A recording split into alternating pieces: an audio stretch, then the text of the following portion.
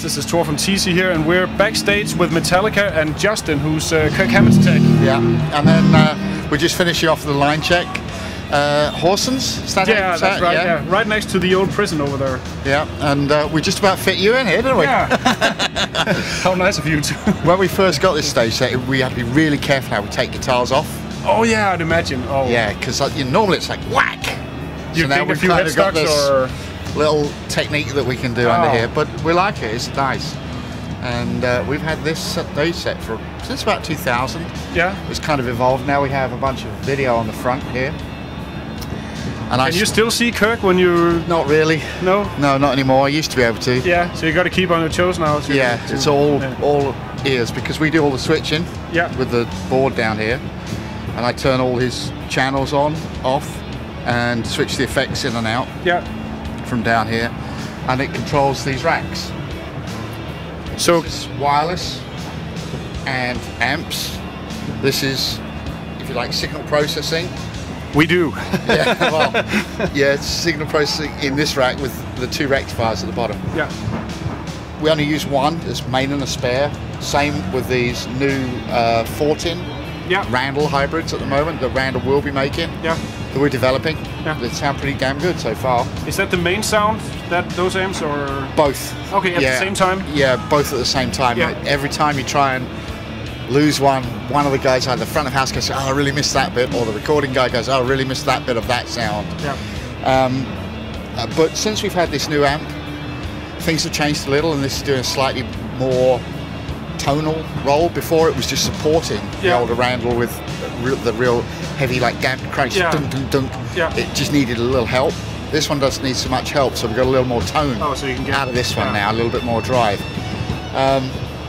We've recently gone to the G Major 2, which we got ages ago, but we never get a chance to rehearse. And having 2 or 3 systems on the run, you can't just have it in one, because you don't get that day after day. No. But we did a 4 shows in San Francisco at the Fillmore, and we did 80 different songs. So it was an ideal chance to program this, because I could program this in the studio in the morning, and he'd be like, oh, I need a tremolo pedal for this, or I need a unified for this little bit of this song, which we don't normally carry because we don't normally do 80 songs in a set. So I could quickly program in the Major, then dump it through my iPhone, MIDI, run down to Fillmore, pop it in the back, and away we go. Yeah.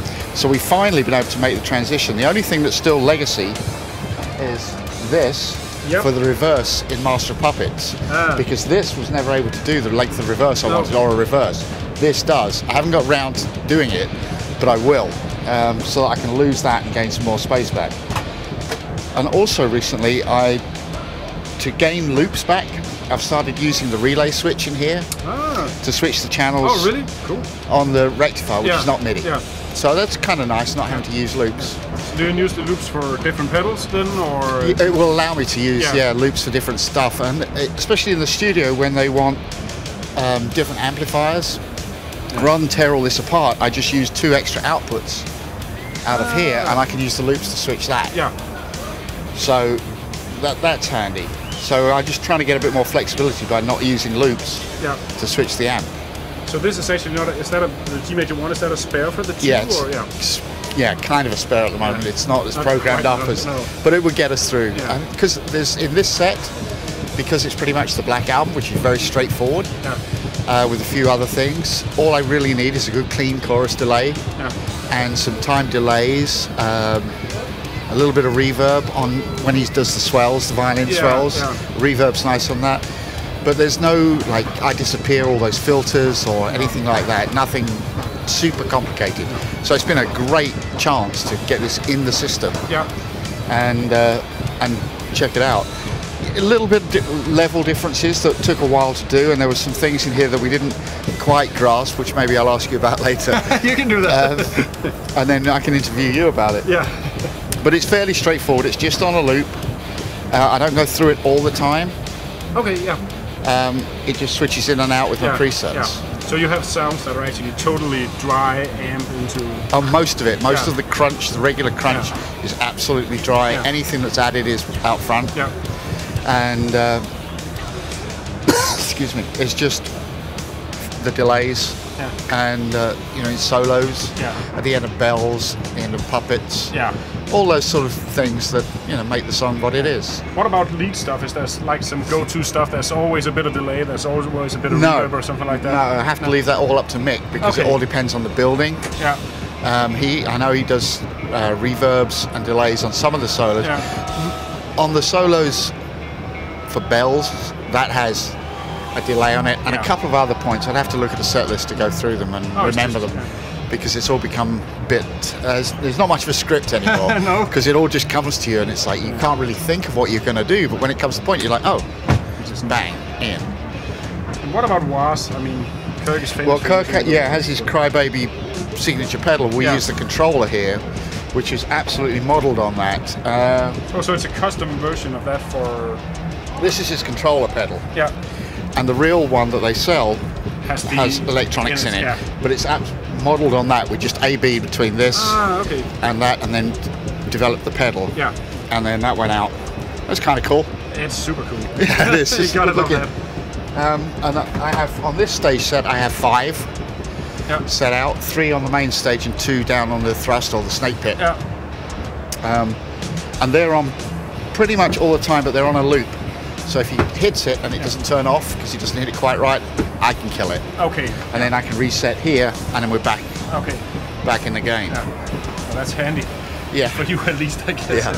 What about guitars? Can we have a quick look at that? Yeah, sure. I mean, most of them are fairly. This is. This is like probably the most famous. Oh, that's awesome. The Mummy, and that's taken. I think we got this way back in '96, and ever since then it's been the main recording guitar. It is. Just for some reason, the pickups are just right, the wood's just right. It just sounds that little tiny bit better than just about everything else, until the other day when we got another guitar from ESP. This one, which also sounds phenomenal. Oh, that's another cool. It's just that extra 1 or 2% better than the others. Yeah. It's the custom graphics and everything. I don't know. Well, we got loads of custom graphics, and it really, I don't know whether it's the pickups or just a lucky combination of things that come together in a piece of wood that works great. We have this one here, which is to match the pedal. Yeah, that is cool. Green Burst. Then the original Jacksons that he's had since, well, 85. Those are old. Wow. Yeah. So we have these, but we also have 2 full systems. So tomorrow I won't see any of these guitars at the show. Oh, so totally new. Total different system. And at the last show we have the black and the blue system. This is the black. Yeah. And the blue is identical, same toolboxes. It's not like a B system.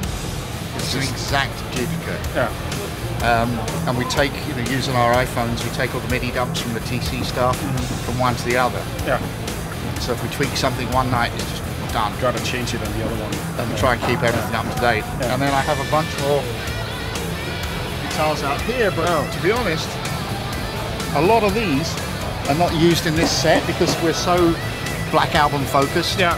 So Nightmare, Thing That Should Not Be, they're not in this set list, so therefore we don't really use them. We have, a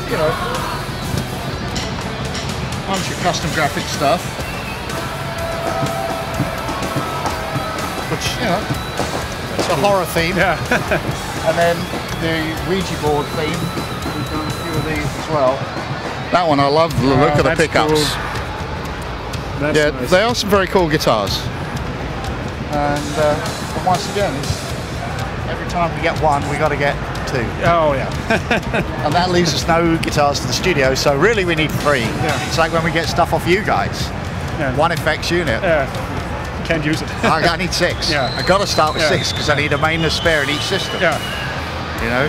So we're happy to oblige. That's me, Chad, and Zach. By the time we finish, there's a big box arriving from TC. What else? That's pretty much all the major ones. Oh, this is the original.